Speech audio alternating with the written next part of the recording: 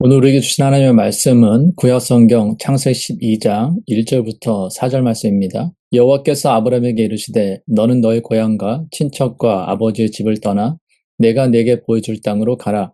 내가 너로 큰 민족을 이루고 네게 복을 주어 내 이름을 창대하게 하리니 너는 복이 될지라. 너를 축복하는 자에게는 내가 복을 내리고 너를 저주하는 자에게는 내가 저주하리니 땅의 모든 족속이 너로 말미암아 복을 얻을 것이라 하신지라. 이에 아브람이 여호와의 말씀을 따라갔고 롯도 그와 함께 갔으며 아브람이 하란을 떠날 때 75세였더라. 아멘. 우리가 신앙생활을 하면서 늘 스스로에게 던져야 하는 질문이 있습니다. 내 믿음은 정말 참된 믿음인가? 나는 하나님의 뜻에 맞는 믿음의 삶을 살고 있는가?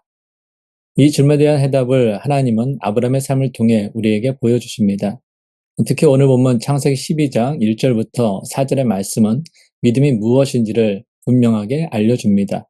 오늘 본문 1절입니다. 여호와께서 아브람에게 이르시되 너는 너의 고향과 친척과 아버지의 집을 떠나 내가 네게 보여줄 땅으로 가라. 아멘. 이 말씀은 아브람의 믿음이 어떻게 시작되었는지를 잘 보여줍니다.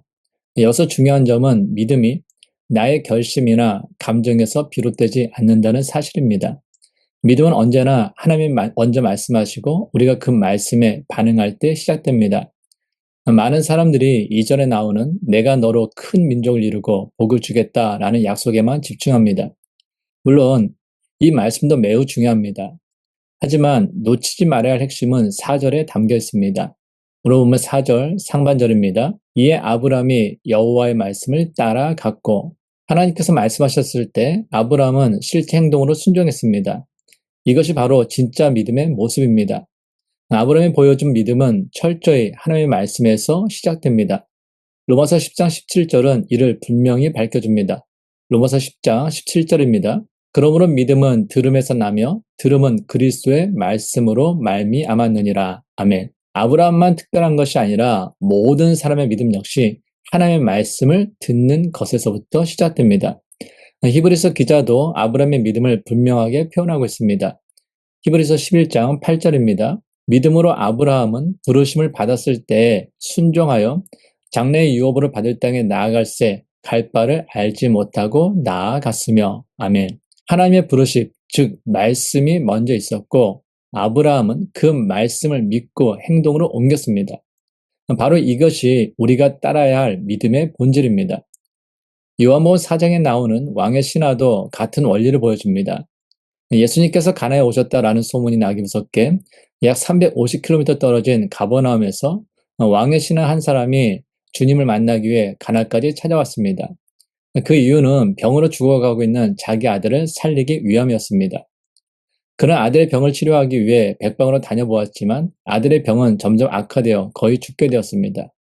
그러던 중 가나에서 예수라는 사람이 물을 포도주로 변하게 했다라는 소문을 들었습니다. 그리고 예수가 자기가 살고 있는 가버나움을 다녀왔다라는 소식도 들었습니다. 그는 물을 포도주로 변하게 한 예수라는 사람이라면 분명 내 아들을 고쳐줄 수 있을 거야 라는 기대를 가지고 예수님이 어디 있는지 사방에 수소문 했는데 마침내 예수님이 가나에 도착했다라는 전가를 받은 것입니다. 그는 이 소식을 듣자마자 종들을 시키지 않고 자신이 가나로 직접 달려갔습니다. 35km라는 거리는 자식을 사랑하는 그에게 아무런 문제가 되지 않았습니다. 그는 예수님이라면 죽어가는 내 아들을 살려줄 수 있지 않을까라는 기대를 가지고 달려왔습니다. 그리고 주님을 만나자마자 체면불구하고 자기 집으로 오셔서 아들의 병을 고쳐주실 것을 간청했습니다. 그런데 이에 대하여 예수님께서는 다음같이 말씀하십니다. 요한복음 4장 48절입니다. 예수께서 이르시되 너희는 표적과 기사를 보지 못하면 도무지 믿지 아니하리라. 지금 왕의 신하는 주님의 능력이 필요해서 찾아온 사람입니다. 주님이 아니고서는 이 세상 그 누구도 자기 아들을 고칠 사람이 없음을 알았기에 그는 35km의 먼 길을 단숨에 달려왔습니다. 얼마나 아름다운 믿음이며 또 칭찬받을 만한 믿음입니까? 그러나 주님께서는 너희는 표적과 기사를 보지 못하면 도무지 믿지 않는다라고 냉담하게 말씀하셨습니다. 믿음의 동기가 좋지 않다라는 것입니다. 물론 예수님은 왕의 신하에게만 말씀하시진 않았습니다. 여기서 너희라고 말씀하셨기에 예수님 주변에 있는 사람들을 포함한 것입니다.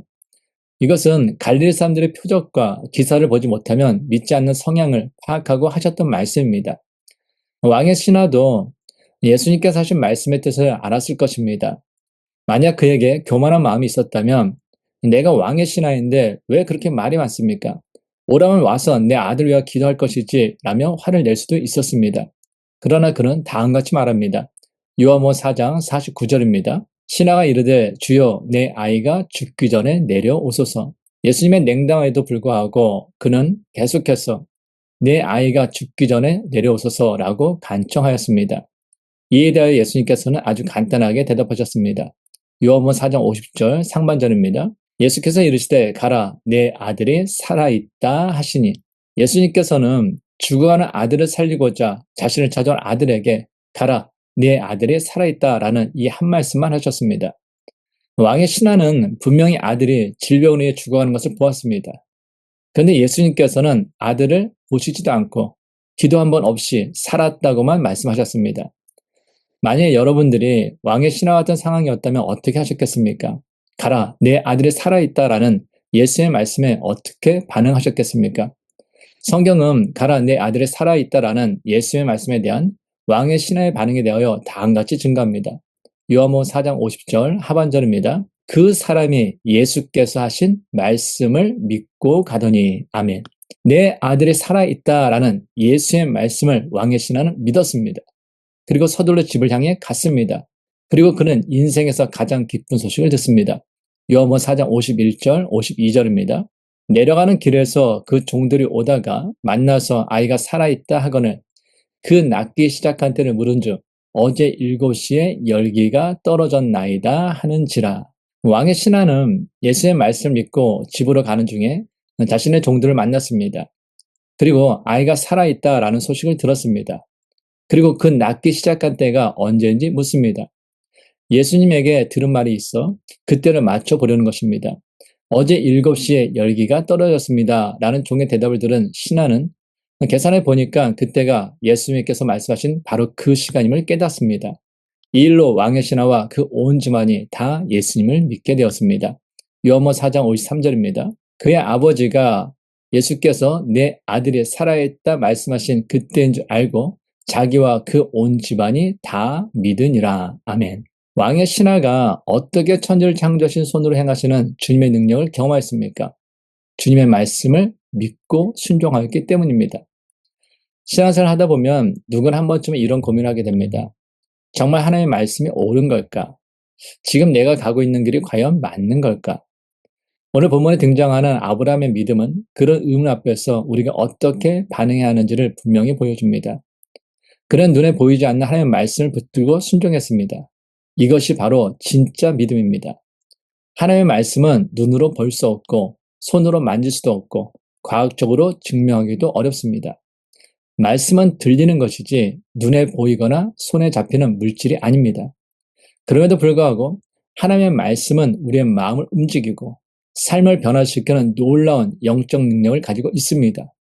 바로 아브라함은 그 말씀을 믿었고 그 말씀에 순종했습니다. 여기서 우리는 믿음과 확인의 차이를 분명히 기억해야 합니다. 확인은 증거가 있을 때야 믿으려는 태도입니다. 하지만 믿음은 보이지 않아도 들려진 말씀에 먼저 반응하는 자세입니다. 아브라함은 어디로 가야 하는지도 언제든 도착하게 될지도 전혀 알지 못했습니다. 그러나 그는 오직 하나님의 말씀에 의지하여 한 걸음씩 내디뎠습니다. 이것이 바로 하나님께서 기뻐하시는 참된 믿음입니다. 다시 한번 오늘 보면 1절을 읽겠습니다. 여호와께서 아브라함에게 이르시되 너는 너의 고향과 친척과 아버지의 집을 떠나 내가 네게 보여줄 땅으로 가라. 하나님께서 아브라함에게 주신 말씀은 단순하고 분명합니다. 바로 떠나라 그리고 가라는 명령입니다. 이 말씀 속에는 믿음의 본질이 담겨 있습니다. 믿음은 하나님의 말씀에 순종하여 고향과 친척과 아버지의 집을 떠나 하나님께서 우리에게 보여줄 땅으로 가는 것입니다. 그런데 여기서 중요한 것은 고향과 친척과 아버지의 집을 떠나는 것입니다. 왜냐하면 고향과 친척과 아버지의 집을 떠나는 것으로부터 하나님께서 내게 보여줄 땅으로 가는 것이 시작되기 때문입니다. 그렇다면 하나님께서 아브라함에게 너의 고향과 친척과 아버지를 떠나라 말씀하신 그 의미는 무엇일까요? 첫 번째로 이 말씀은 우상을 떠나라는 하나님의 명령입니다. 아브라함이 살던 고향 우르는 번성한 도시였지만 하나님을 경외하기보다는 수많은 우상을 섬기는 문화가 중심이었습니다. 그의 아버지 데라도 성경에서 우상 숭배자였던 것으로 알려져 있습니다. 여호수아 24장 2절입니다. 여호수아가 모든 백성에게 이르되 이스라엘 하나님 여호와께서 이같이 말씀하시기를 옛적에 너희 조상들 곧 아브라함의 아버지 나홀의 아버지 데라가 강 저쪽에 거주하여 다른 신들을 섬겼으나 아브라함의 가문은 하나님보다는 돌이나 나무로 만든 형상이나 다른 신들을 섬기는 환경에 익숙해 있었습니다. 그런 아브라함에게 하나님께서는 너의 고향과 친척과 아버지를 떠나라 라고 말씀하시므로 과거 우상 숭배가 만연했던 그 환경에서 완전히 벗어나도록 이끄셨습니다. 이것은 단지 물리적 이동만을 의미하지 않습니다. 하나님보다 우선시되던 가치관과 잘못된 믿음의 풍습에서 떠나 오직 여호와 하나님만 섬기는 새로운 여정으로의 부르심이었습니다. 우상이 무엇입니까? 우상은 단지 돌이나 나무로 만든 형상만을 의미하지 않습니다. 우상은 하나님을 대신해 우리의 마음 가장 중심에 자리 잡고 있는 것이라 정의할 수 있습니다. 겉으로 보기에 신앙생활을 열심히 하는 것 같아도 실제 동기가 하나님을 사랑하기 때문이 아니라 단순히 복받기 위해서라면 그 복이라는 개념이 하나님보다 더 높은 자리에 놓일 수도 있습니다. 결국 우상 숭배란 하나님을 온전히 의지하지 않고 다른 어떤 것을 더 붙잡고자 하는 잘못된 마음의 형태입니다. 그래서 우상은 돌이나 나무로 만든 형상에만 국한되지 않습니다. 때로는 재물이, 때로는 명예나 사람들의 칭찬이, 혹은 내 취미와 즐거움, 그리고 심지어 더 많은 복을 얻기 위한 종교적 행위 자체가 하나님보다 더 중요해질 때 그것이 곧 우상이 됩니다. 그리고 그런 상태에 머물러 있는 한 참된 예배와 은혜를 누리기 어려우며 하나님께서 원하시는 온전한 순종의 삶도 살아가기 힘듭니다. 사사기 6장을 보면 이스라엘 백성이 미디안에게 짓눌려 큰 고통을 당할 때 하나님께서는 기도원을 사르사로 부르십니다. 그런데 기도원을 통해 구원 역사를 시작하시기 전 하나님께서 명하신 첫 번째 명령은 바알의 제단을 헐고 그 곁에 아세라상을 찍으라는 것이었습니다. 사사기 6장 25절입니다. 그날 밤에 여호와께서 기도원에게 이르시되 네 아버지에게 있는 수소 곧 7년 된 둘째 수소를 끌어오고 네 아버지에게 있는 바알의 제단을 헐며 그 곁에 아세라상을 찍고, 이 명령은 간단해 보이지만 실제로 기도원 집안에 뿌리는 우상을 제거하는 일이었기 때문에 큰 결단과 용기가 필요했습니다. 그의 아버지가 직접 관리하던 바알의 제단을 허무는 일은 가문의 전통, 더 나아가 동네 사람들의 분노를 일으킬 수도 있었기 때문입니다. 하지만 기드온이 결국 그 우상을 부수고 하나님께 번제를 드리자 비로소 이스라엘을 구원하시는 하나님의 역사가 본격적으로 펼쳐지기 시작했습니다. 바알의 제단이 먼저 무너져야 하나님이 기드온을 통해 친히 일하실 수 있는 장이 열렸던 것입니다. 오늘날 우리가 스스로 만든 우상을 떠나고 하나님을 온전히 바라보는 그 결단을 내릴 때 비로소 그 순간부터 하나님의 놀라운 일하심이 시작됩니다. 어떤 것을 버려야 할지 혹은 어떤 태도를 내려놓아야 할지 성령님의 도우심을 구하며 점검해 보십시오. 그리고 과감하게 떠나십시오. 우상을 떠난 자리에는 반드시 하나님이 함께 하시는 은혜와 회복의 능력이 임할 것입니다. 두 번째로, 고향과 친척과 아버지의 집을 떠나라는 것은 과거의 상처와 고통에서 떠나라는 말씀입니다. 아브라함은 자녀가 없다라는 큰 아픔을 안고 살아오고 있었습니다. 그에게 고향과 친척, 아버지의 집은 단지 물리적인 장소가 아니라 아픔과 절망이 머물던 자리였습니다. 그러나 그는 그 자리에 멈추지 않았습니다. 그 고통 속에서도 하나님의 말씀을 붙들고 하나님의 약속을 따라 미래를 향해 걸어갔습니다. 아브라함의 믿음은 과거의 아픔에 머물지 않고 말씀을 따라 앞으로 나아가는 믿음이었습니다. 우리도 마찬가지입니다. 우리는 모두 과거의 상처, 실패, 죄책감, 후회의 그림자를 안고 살아갑니다. 어떤 사람은 어린 시절의 아픔에, 또 어떤 사람은 인생의 실수와 죄책감에 사로잡혀 지금 이 순간과 미래를 제대로 살아내지 못하고 있습니다. 그러나 기억하십시오. 과거에 머물러 있는 한 하나님이 예비하신 새로운 인도하심을 경험할 수 없습니다. 하나님은 이사야 선지자를 통해 우리의 상처를 치유하시는 복음의 능력을 이렇게 선포하십니다. 이사야 53장 5절입니다. 그가 찔림은 우리의 허물 때문이요 그가 상함은 우리의 죄악 때문이라. 그가 징계를 받음으로 우리는 평화를 누리고 그가 채찍에 맞음으로 우리는 나음을 받았도다. 아멘. 예수님은 단지 육체적으로 고난당하신 분이 아니라 우리의 죄책감, 외로움, 버림받음, 절망까지도 함께 지신 분입니다. 그분은 십자가 위에서 우리의 과거를 짊어지셨고 그 십자가로 우리의 과거에 매인 사슬을 끊으셨습니다. 고린도후서 5장 17절입니다. 그런즉 누구든지 그리스도 안에 있으면 새로운 피조물이라. 이전 것은 지나갔으니 보라 새 것이 되었도다. 아멘. 예수님의 십자가는 죄 사함의 장소일 뿐만 아니라 우리의 과거를 치유하시고 새로운 미래를 여시는 은혜의 자리입니다. 우리는 더 이상 이전 것에 묶여있지 않아도 됩니다. 십자가를 바라보며 예수님의 대속적 고난을 깊이 묵상할 때 우리는 과거의 상처에서 벗어날 수 있는 길을 발견하게 됩니다. 사순절은 바로 그 고난의 사랑을 다시 깊이 마음에 새기는 시간입니다. 혹시 여러분의 마음속에 여전히 그때 내가 그렇게만 하지 않았더라면 하는 후회가 있지 않습니까? 또는 내 상처는 너무 깊어서 아무도 해결할 수 없어 라며 포기하고 있지는 않습니까? 그러나 기억하십시오. 예수님께서는 이미 우리의 모든 고통과 슬픔, 죄책감과 상처를 십자가 위에서 대신 지셨습니다. 그러므로 이제 그 무거운 짐을 주님 앞에 내려놓으십시오. 여러분의 과거를 하나님께 맡기십시오. 바로 거기서 회복이 시작됩니다. 회복시키시는 분은 오직 하나님이십니다. 세 번째로 고향과 친척과 아버지의 집을 떠나라는 것은 잘못된 안전장치에서 떠나라는 말씀입니다.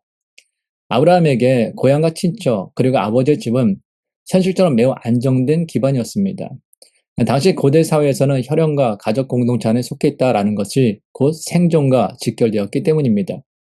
그러므로 하나님께서 그 기반을 떠나라고 하신 것은 단순한 이주 명령이 아니라 자기 인생의 전적인 방향과 의지처를 하나님께로 돌리는 신앙의 결단을 요구하신 것입니다. 히브리서 기자는 아브라함의 결단을 이렇게 설명합니다. 다시 한번 히브리서 11장 8절 있습니다. 믿음으로 아브라함은 부르심을 받았을 때 순종하여 장래의 유업으로 받을 땅에 나아갈새 갈 바를 알지 못하고 나아갔으며 아브라함은 갈 바를 알지 못했지만 눈에 보이는 안전 대신 하나님의 신실하심을 붙들고 믿음으로 나아갔습니다. 하나님은 그가 철저히 믿음으로 살아가길 원하셨습니다. 반면 이사야 31장 1절에서 하나님은 애굽의 군사력을 의지한 이스라엘 백성들을 책망하십니다. 이사야 31장 1절입니다. 도움을 구하러 애굽으로 내려가는 자들은 화 있을진저 그들은 말을 의지하며 병거의 많음과 마병의 힘이 강함을 의지하고 이스라엘 거룩하신 이를 앙무하지 아니하며 여호와를 구하지 아니하나니. 이 구절에서 알 수 있듯이 위기 속에서 사람들은 본능적으로 눈에 보이는 것, 곧 돈, 권력, 사람의 도움을 먼저 의지하려 합니다. 하지만 하나님은 그런 잘못된 의지처가 오히려 믿음을 무너뜨린다라고 말씀하십니다. 예수님께서도 다음과 같이 말씀하셨습니다. 마태복음 6장 19절부터 21절입니다. 너희를 위하여 보물을 땅에 쌓아두지 말라. 거기는 종과 동록이 해하며 도둑이 구멍을 뚫고 도둑질하느니라. 오직 너희를 위하여 보물을 하늘에 쌓아두라. 거기는 좀이나 동록이 해하지 못하며 도둑이 구멍을 뚫지도 못하고 도둑질도 못하느니라. 내 보물 있는 그곳에는 내 마음도 있느니라. 예수의 말씀을 요약하면 다음 같습니다. 너희를 위하여 보물을 땅에 쌓아두지 말라. 오직 너희를 위하여 보물을 하늘에 쌓아두라. 내 보물 있는 그곳에는 내 마음도 있느니라.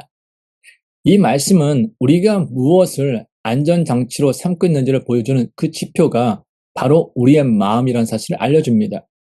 우리의 관심과 에너지가 온통 어디를 향하고 있는지를 보면 우리가 무엇을 신뢰하고 있는지를 알 수 있습니다. 혹시 돈이 없으면 불안하고 돈이 많아야 마음이 든든하지 않습니까? 혹은 사람과의 관계, 명예나 사회적 지위가 마음의 평안을 지켜주는 것처럼 느껴지지 않습니까? 때로는 건강, 직업, 자녀의 성공 같은 것도 우리에게는 일종의 영적 보험처럼 느껴지기도 합니다. 하지만 하나님은 오늘도 우리에게 말씀하십니다. 그 모든 안전장치에서 떠나 나를 전적으로 신뢰하라. 사순절은 우리 삶에서 하나님보다 더 크게 의지하는 것들을 내려놓고 오직 십자가의 주님만을 바라보는 훈련의 시간입니다. 아브라함처럼 익숙하고 안전해 보이는 그 기반을 떠나 하나님의 부르심을 따라 한 걸음을 내디뎌 보십시오. 그 걸음은 때론 두렵고 불확실해 보일 수 있지만 그 길 끝에는 하나님이 준비하신 약속의 땅과 은혜의 손길이 기다리고 있습니다. 사랑하는 여러분, 믿음은 언제나 하나님의 말씀에 대한 반응으로 시작됩니다. 아브라함이 보여준 믿음, 왕의 신하가 보여준 믿음은 확인하고 믿는 믿음이 아니라 말씀을 듣고 순종하는 믿음이었습니다. 오늘 하나님께서도 우리 각자에게 말씀하십니다. 너는 고향과 친척과 아버지의 집을 떠나 내가 네게 보여줄 땅으로 가라. 그 말씀이 우리에게는 우상을 떠나라는 명령일 수도 있고 과거의 상처와 고통에서 벗어나라는 부르심일 수도 있으며 눈에 보이는 안정장치 대신 하나님만을 의지하라는 결단의 요청일 수 있습니다. 사순절 보내는 지금 우리는 주님의 고난을 묵상하며 자신의 마음을 깊이 돌아보아야 할 때입니다. 내 마음 속에 하나님의 자리를 대신 차지하고 있는 우상은 없는지, 지금도 나를 붙잡고 있는 과거의 상처는 무엇인지, 그리고 나는 무엇을 믿음의 안전장치로 삼고 있는지를 점검해야 할 때입니다. 믿음의 길은 떠나는 데서 시작됩니다. 아브라함처럼, 왕의 신하처럼 하나님의 말씀 앞에 즉각 반응하고 그분의 인도하심을 따라 한 걸음 내딛는 여러분이 되시길 바랍니다. 그리고 그 걸음을 통해 하나님께서 여러분 각자에게 예비하신 회복과 은혜, 축복의 길을 경험하시기를 주님의 이름으로 축원합니다. 하나님 아버지, 오늘도 귀한 말씀을 통하여 믿음은 말씀의 순종함으로 드러난다는 진리를 깨닫게 하시니 감사합니다. 아브라함이 고향과 친척과 아버지의 집을 떠났듯이 우리 또한 익숙하고 편안한 자리, 우상과 과거의 상처, 눈에 보이는 안전장치에서 떠나 주님의 말씀을 따라 살아가는 믿음을 갖게 하옵소서. 사순절 보내는 이 시간 우리의 마음 깊은 곳을 들여다보며 주님보다 더 의지했던 것들을 내려놓게 하시고 예수 그리스도의 십자가 사랑을 더욱 깊이 묵상하게 하옵소서. 왕의 신하가 예수의 말씀 하나에 순종하여 기적을 경험한 것처럼 우리도 말씀 하나로 충분하다는 믿음을 가지고 주님의 인도하심에 담대히 반응하게 하옵소서. 이제 우리의 삶이 말씀에 순종하는 발걸음으로 드러나게 하시고 그 걸음걸음마다 하나님의 은혜와 약속이 이루어지는 복된 여정이 되게 하옵소서. 이제는 우리를 부르시고 말씀을 따라 믿음의 길로 인도하시는 우리 주 예수 그리스도의 은혜와 떠남을 명령하시되 친히 함께 걸어가시는 하나님 아버지의 무한하신 사랑하심과 오늘도 우리의 마음을 감동시키시고 순종할 수 있도록 힘을 주시는 성령 하나님의 위로와 능력의 역사하심이 오늘 주신 말씀 앞에 믿음으로 결단하여 과거를 떠나고 우상을 내려놓으며 하나님만을 의지하여 새로운 믿음의 여정을 걷기로 다짐하는 모든 하나님의 사람들 위해 이제부터 영원까지 함께 하시기를 간절히 축원하옵나이다. 아멘.